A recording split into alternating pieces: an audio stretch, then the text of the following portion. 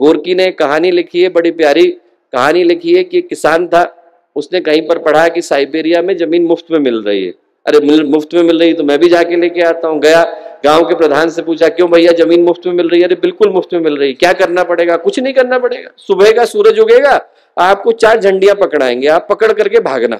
उत्तर में जितना भाग गए उतना भागना, पहली गाड़ देना, पूरब में दूसरी गाड़ना, पश्चिम में तीसरी गाड़ना, दक्षिण में हम लोग खड़े, जितनी नाप लोगे उतनी आपकी। बोले बस? बोले हाँ। फिर आज तक किसी को मिली क्यों नहीं? बोले अरे कल भागो तो पता चलेगा।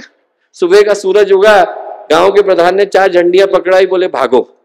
जितना भागा उस व्यक्ति का लालच उतना ही बढ़ा, तक सारी जमीन तो मेरी है, मुझे ही मिलने वाली है। तो उसको लगा जब एक ही दिन भागना है तो मैं बिना खाने के रह लूंगा, अपना टिफिन फेंक दिया, बिना पानी के रह लूंगा, पानी फेंक दिया, फिर बिना कपड़ों के भागने लगा। उसको लगा कि मैं ज्यादा दूर तक पहुंच जाऊंगा। 2 बजे याद आया झंडी गाड़नी थी, पहली गाड़ी, पूरब में गया दूसरी गाड़ी, पश्चिम में गया तीसरी गाड़ी। गोरकी ने लिखा है कि सूरज रहा था डूब, बिना खाने के, बिना पानी के, बिना कपड़ों के साइबेरिया में भाग रहा था। वो जो फिनिश लाइन थी उससे 6 फीट पहले आकर के बेहोश हो गया।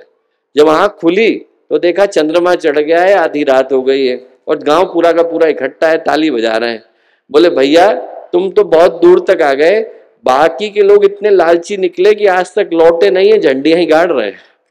तो उसको लगा कि मैं इतने पास तक आ गया हूं तो संभव है कि मुझे ये जमीन मुफ्त में मिल जाए। ये जो 6 फीट की रह गई है मेरे नाखूनों के बीच में और अंतिम रेखा के बीच में।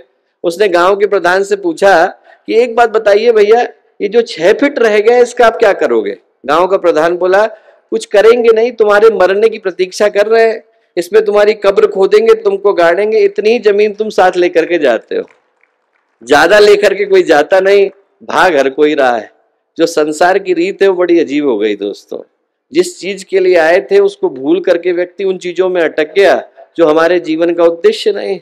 महावीर के जीवन की कथा आती है कि महावीर एक जगह पर धर्म सभा में प्रवचन दे रहे थे। एक वृद्ध व्यक्ति आया, वहां पर राजा भी बैठे थे, महामंत्री भी बैठे थे और पूरा का पूरा राज्य उपस्थित था।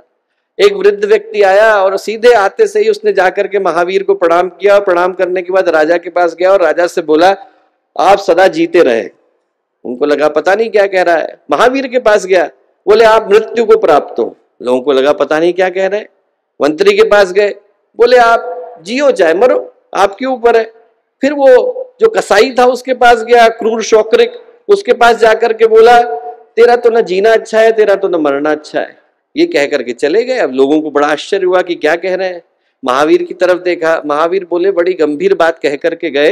वो जो आए थे वो स्वयं यम धरती पर आए थे, जिनके पास सारा के सारे कर्म का हिसाब होता है, वो भी आप लोगों के मध्य से आए।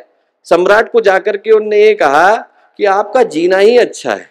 क्यों? क्योंकि अभी आप भोग के काल में गुजर रहे हैं, ये पूरे के पूरे ऐश्वर्य के साधन आपके पास उपस्थित हैं, पर इसके बाद का जो जीवन है, जब आप सारे अपने भोगों को गवा करके बैठे होंगे, तब आपके लिए दुख ही दुख है। तो जितने दिन आप जी रहे हैं उतने दिन जी लीजिए। मुझे देख करके कहा कि आपके लिए दुख है। क्यों? आप मृत्यु को प्राप्त हो। क्यों? क्योंकि आप अब शुद्ध बुद्ध अवस्था में हैं। ये संसार आपके लिए दुख हो गया है। आप यदि संसार को त्याग देंगे तो इससे बढ़कर के और कोई बात नहीं हो सकती। मंत्री के पास गए, क्योंकि मंत्री निष्कामता के साथ अपने काम को करते थे। तो बोले, मंत्री को देख करके इस बात को कहा कि आप चाहे जियो चाहे मरो, क्योंकि आपका इस जीवन में भी अच्छा है और उस जीवन में भी अच्छा है। और जो कसाई था उसको देख करके कहा कि तेरे लिए तो अभी भी दुख है और मरने के बाद भी दुख है, दोनों ही तरफ तेरे लिए दुख है। जहां से हम लोग लेकर के आए दोस्तों, हमारे जीवन की जो असली संपदा है वो व्यक्तित्व के आधार पर निकल करके आती है। हमारे YouTube चैनल शांति कुंज वीडियो गायत्री परिवार को सब्सक्राइब करें एवं बेल आइकन जरूर दबाएं ताकि गायत्री परिवार की विभिन्न गतिविधियों की जानकारी आपको मिलती रहे।